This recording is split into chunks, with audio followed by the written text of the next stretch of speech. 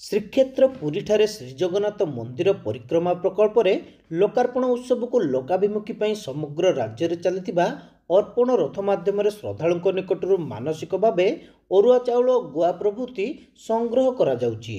एही क्रम रे बालेश्वर पौरपालिका पक्षरु विभिन्न वार्ड पई 5टी अर्पण रथर शुभारंभ होइतिबा बेले 9 नंबर वार्ड रे एने स्वतंत्र कार्यक्रम आयोजन सह रथर वार्ड परिक्रमा अनुष्ठित होई जाइछि। स्थानीय पड़ुआपदा पूजा मंडप ठारे अर्पण रथ परिक्रमा को जिला परिषद अध्यक्ष नारायण प्रधान और बालेश्वर पौराध्यक्षा सविता साहू अतिथि भाव जोगदे शुभारंभ करथिले। श्रीक्षेत्र पुरी रे महाप्रभु श्री जगन्नाथंकर पवित्र उत्सव रे प्रत्येक ओडिया को सामिल पई मुख्यमंत्री नवीन पट्टनायक निर्देश क्रमे राज्यव्यापी आरंभ होइतिबा एई अभियान बालेश्वर आबाला वृद्ध वनितांक निकटरे बेस ग्रहणीय होई परछि बोली उभय अतिथि मत देइथिले। स्थानीय काउंसिलर संजीव दास एथिरे उपस्थित रही कार्यक्रम परिचालना करने सहित श्री जगन्नाथ मंदिर परिक्रमा प्रकल्प पई अर्पण रथर आभिमुख्य संपर्क में सूचना देइथिले। महाप्रभु श्री जगन्नाथ विश्वर प्रसिद्ध तांकर आमे सेवक आमे खाली माने अल्प तांको पई आमे सेवा करछु। आज माँ माने प्रत्येक वार्ड रो हमर ए जो संकल्प पदयात्रा चलची पुरी रे जो आमर यज्ञ हम तापाई आम अरचल गुआ आज सब ये समर्पण कर प्रभु श्री जगन्नाथ को पाखे ये सब गुआ अरचल आमर जो पुरी रे 17 दिन संकल्प पदयात्रा हम ता होम यज्ञ पड़ो आम मानसिक रखीचु।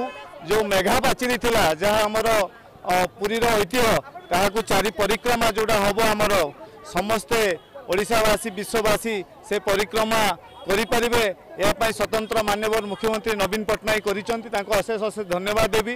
आज मोर 9 नंबर वार्ड मोर माँ माने बहुत संख्यार शताधिक संख्यार आज आसिकी प्रभु श्री जगन्नाथ परिक्रमा प्रकल्पर अनुष्ठित शुभारंभ कर आम रथयात्रा आरंभ कर रथयात्रा आम वार्ड प्रत्येक घर कोण अणुकोणु सबू माँ माने आसीचंती और सेमाने आम पदयात्रा सामिल हेबे एवं आम प्रसाद बंटन हम। आज भावमय ठाकुर प्रभु श्री जगन्नाथ ए वार्ड रे समस्त को आशीर्वाद दिंतु जेरकम आम जाई प्रभु श्री जगन्नाथ अंकर पुरी मंदिर प्रकल्पर आम समस्ते जाई सेठारे परिक्रमा करी आम प्रभु श्री जगन्नाथ आनंद उल्लासर दर्शन पाऊ यही आमर आशा। आसंता 17 तारिख दिन घरे घरे महाप्रभुक उद्देश्य रे समर्पणर भाव नहीं श्रद्धापूर्वक परिक्रमा प्रकल्प रे लोकार्पण उत्सव को पालन पई श्री दास समस्त को निवेदन करथिले। बालेश्वर पौर परिषदर काउंसिलर प्रीतिलता सेठी एही कार्यक्रम रे उपस्थित थिले। एही अवसर रे स्थानीय बासिंदा माने महाप्रभुक उद्देश्य रे अरुआ चाउल गुआ और पैसा प्रभृति अर्पण करथिले। शताधिक महिला गहन रे भजन कीर्तन सह एही रथ 9 नंबर वार्ड रो विभिन्न अंचल को परिक्रमा करथिला।